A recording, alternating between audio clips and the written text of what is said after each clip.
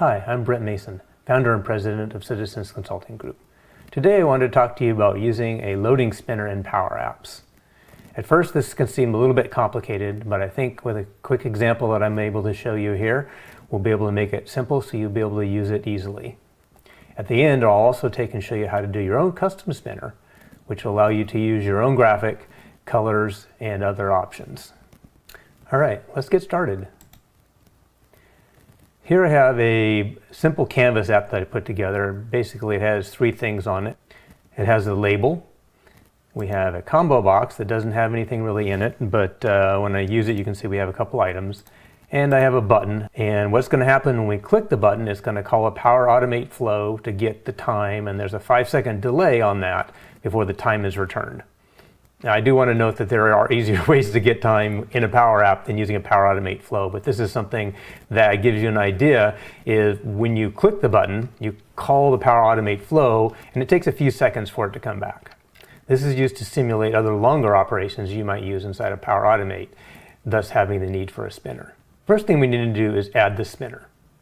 All right, so I'm going to go ahead and click on Insert, and I'm going to search for spinner, and here's a spinner. And I'm going to take and I'm going to stretch the spinner across the entire screen. Now notice that at the moment I drug the spinner down to the bottom to show you a common problem that a lot of users have when they're using spinners, and that is when a spinner is at the bottom of the stack, right, you can still click things inside of it, right, and you want to be able to prevent that by using the spinners. So I'm going to grab the spinner and drag it all the way up to the top of the stack. By doing this, the spinner will be in front of other things. Now notice that I can't click on the button or click on the combo box, but this is the effect we want to have when the spinner is in place. Okay, so now what I'm going to do is I'm going to click on the button to highlight that, and we're going to go in, and for purposes of this demonstration I'm going to use a global variable to keep things simple, but in practice it would probably be better for you to use a local variable. So I'm going to go ahead and select the button in the tree view. And notice we have the on select event already set up, so I can start typing in my information. And I'm just going to call this variable is spinner visible.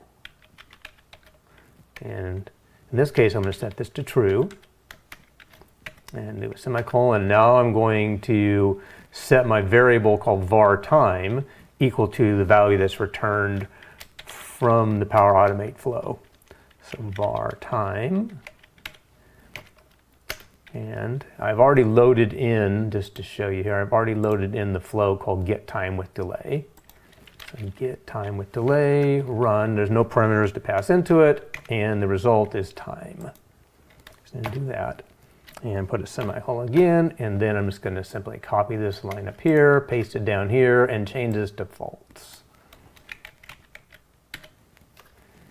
Okay, and I'm going to collapse that. Always hit the save button, or I'm going to hit the save button. But now I'm going to notice I'm going to hit the play button, and I can click on the get time.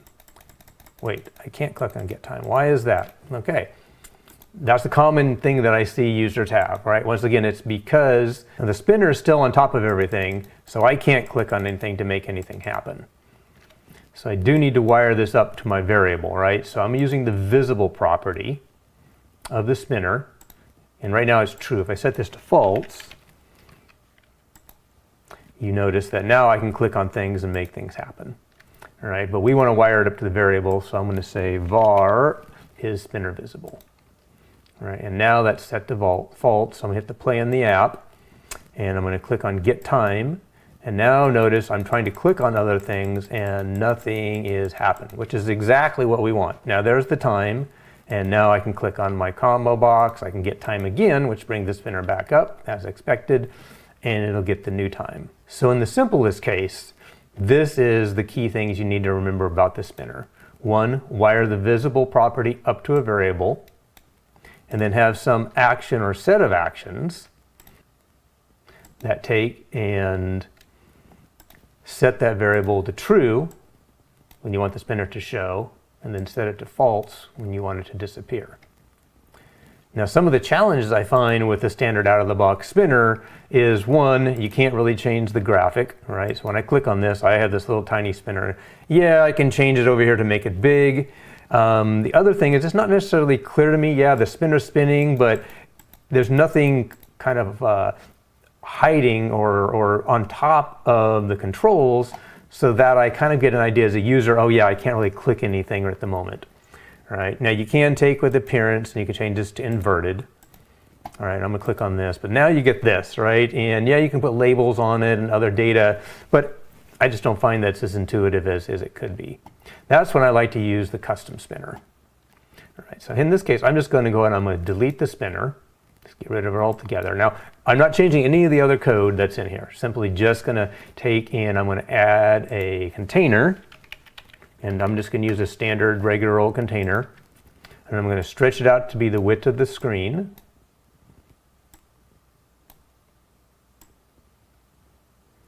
There it is. Okay, and I'm going to change the background color of the container just a little bit. In this case, I'm going to choose gray. Right? And now notice it covers up everything.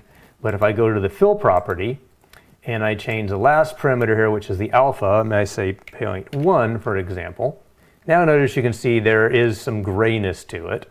Maybe let's say we want a little bit darker, 0.2. All right, now it's a little bit darker, but I can still see the button. I can still see things underneath it. Now I'm going to take, and I did preload 2 images already into the media area. And I loaded an SVG and a GIF. And I'm going to put both these on the screen here just for a second, just to show you. And I'll tell you why I like SVGs better. So here's the GIF. Notice when I take this GIF, and I drag it up. Notice how this is really blurry and yeah, this doesn't look very good. And now if I take the SVG and I blow it up like that. Now I didn't put a transparent background on the GIF. I should have done that, but notice how this is just super sharp and crisp, right? It doesn't matter how big or small I get it. I can have it huge, right? And it's just very, very crisp. All right, so I'm going to go ahead and delete the GIF and get rid of that. And now we're going to go back to our preview and notice container, or the image is in the container.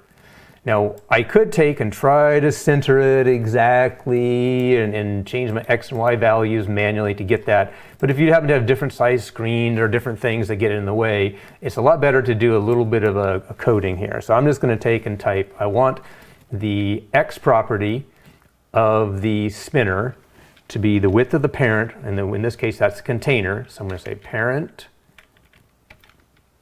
dot width divided by 2. Now notice it's offset a little bit, right? So the X property is correct, back and forth, but it's not in the center because I need to minus half the width of the spinner. All right, so minus, and I'm going to do this here. I'm going to say self dot width divided by 2.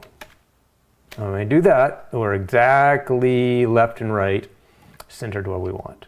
Now I'm going to copy this and I'm going to go to the Y property and I'm going to change the Y property. This is the up and down property. And I'm going to paste that in there. Now that's going to be not quite right because I don't want to have the width and now I want to have the height. All right, and change the height here and the height here. Now notice we're centered perfectly in the middle of the screen. Now notice we changed the size of this image. So I'm going to change the height of the image to be 500, which is going to be pretty big, right? And the width of it to be 500. Notice that I didn't have to redo any of my formulas, even though my X values changed, all right? Because it's all calculated here. So I'm going to change this. I'm going to go back to 200, make it smaller. There we go. Once again, didn't have to make any changes to the code. Got it right there. All right, so the last thing I need to do is on the container, I need to wire up my visible property. Instead of being true, I need to say var is spinner visible. All right, so now I'm going to go ahead and click on get time. And now notice the difference between the gradient. All right, the user knows when the screen is in pretty white color, like it is right here. I can use my drop down. Everything is great. I can click on the button. But now I have the spinner and it's a little bit grayer. So that gives us an indication to the user that, yeah, I can't really use anything at this point. So those are some simple ways to get a spinner set up So when you're loading data or having other operations that take time and you don't want the user to click things, or you just want to give them an indication that something is happening, right? So they're not going, oh, I don't know what's going on. You can use a spinner. If you have any questions, please put them in the comments below. If you found this video helpful, please give us a like. And of course, we'd love it if you'd subscribe for more hints like this. Have a great day.